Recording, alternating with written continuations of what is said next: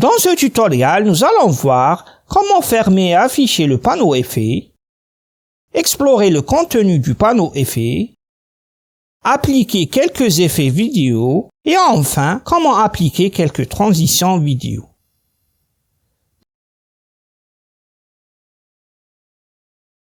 Bonjour et bienvenue, je suis Ahmed Amin et vous êtes sur la chaîne Les Tutoriels d'Amin.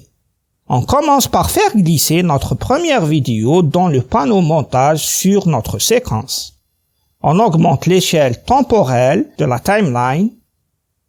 On cherche le panneau effet dans l'empilement des panneaux à gauche en bas. On commence par voir les caractéristiques de ce panneau. Pour fermer le panneau effet, on clique sur son en-tête avec bouton droit de la souris pour activer le menu contextuel, puis on clique sur fermer le panneau. Pour afficher le panneau, on clique sur le menu fenêtre, puis sur effet. Pour agrandir le panneau effet, on double-clique sur son en-tête. Pour le réduire, on double-clique sur son en-tête une autre fois. Dans le panneau effet, on trouve plusieurs préconfigurations groupées par type. Je vous conseille d'explorer ces préconfigurations pour avoir une idée sur leur nom et deviner leur utilisation. Par exemple, dans Effets vidéo, on trouve le groupement déformation. En explorant ce groupe, on trouve plusieurs effets. Pour appliquer un effet sur une vidéo, on clique dessus, on maintient le bouton gauche de la souris enfoncé, puis on fait glisser l'effet sur la vidéo. On remarque que l'affichage de la vidéo dans le panneau moniteur du programme est déformé. Des ondes sont apparues dans la vidéo, d'où le nom de groupe de déformation et le nom de l'effet onde progressive. On retourne en arrière avant l'application de l'effet avec la combinaison de touches CTRL+Z. On applique un autre effet, l'effet tourbillon. Aucune déformation n'apparaît sur la vidéo. C'est normal, on doit configurer l'effet. On passe à un autre effet, l'effet turbulence. Cette fois-ci, on remarque une déformation dans l'affichage de la vidéo.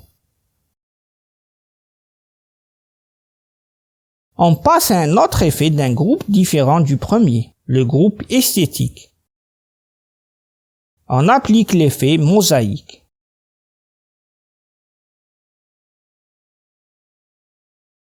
Puis, on applique l'effet multiplicateur. On remarque que l'affichage se multiplie en 4. On retourne en arrière avant l'application de l'effet avec la combinaison de touches CTRL+Z.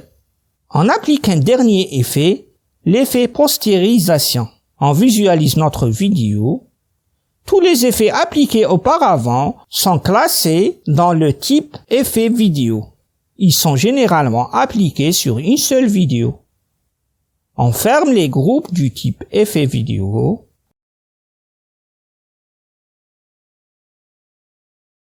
On passe au panneau projet, puis on ajoute une deuxième vidéo à notre montage juste à la fin de la première. On visualise la fin de la première vidéo et le début de la deuxième. On appelle l'effet appliqué pour le passage de la première vidéo à la deuxième une transition. La transition vidéo permet d'assembler deux vidéos d'une même séquence pour rendre votre montage fluide et transparent. La transition vidéo vous permet aussi de passer d'une vidéo à l'autre de façon naturelle. On revient au panneau effet.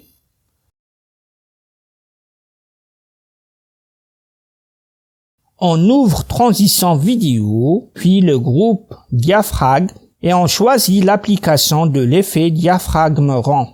Pour appliquer l'effet, on clique dessus, on maintient le bouton gauche de la souris enfoncé, puis on le fait glisser jusqu'à la fin de la première vidéo et le début de la deuxième. Si un message d'information s'affiche, vous cliquez sur OK. On remarque qu'une barre grise s'est formée entre les deux vidéos. On visualise l'effet de transition appliqué. Très bien. On retourne en arrière avant l'application de l'effet avec la combinaison de touches CTRL plus Z. On applique un autre effet d'un groupe différent. On choisit l'effet déplacement dessus. On clique sur l'effet, on maintient le bouton gauche de la souris enfoncé, puis on le fait glisser jusqu'à la fin de la première vidéo et le début de la deuxième. On agrandit le panneau moniteur du programme avec un double clic sur son en-tête. On visualise l'effet de la transition appliquée. Bien. On retourne en arrière avant l'application de l'effet avec la combinaison de touches CTRL plus Z. On applique un autre effet, l'effet page tournée. De la même manière, on fait glisser l'effet jusqu'à la fin de la première vidéo et le début de la deuxième.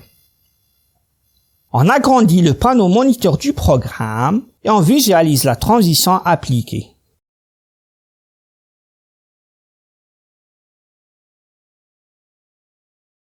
On applique un dernier effet de transition, l'effet sens.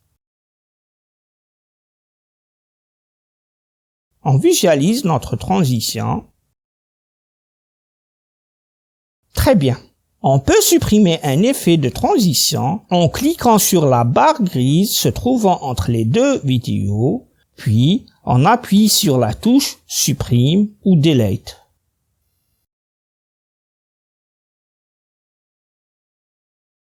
Dans le panneau Effets, nous avons vu deux types d'effets. Le premier type est effet vidéo et le deuxième type, transition vidéo.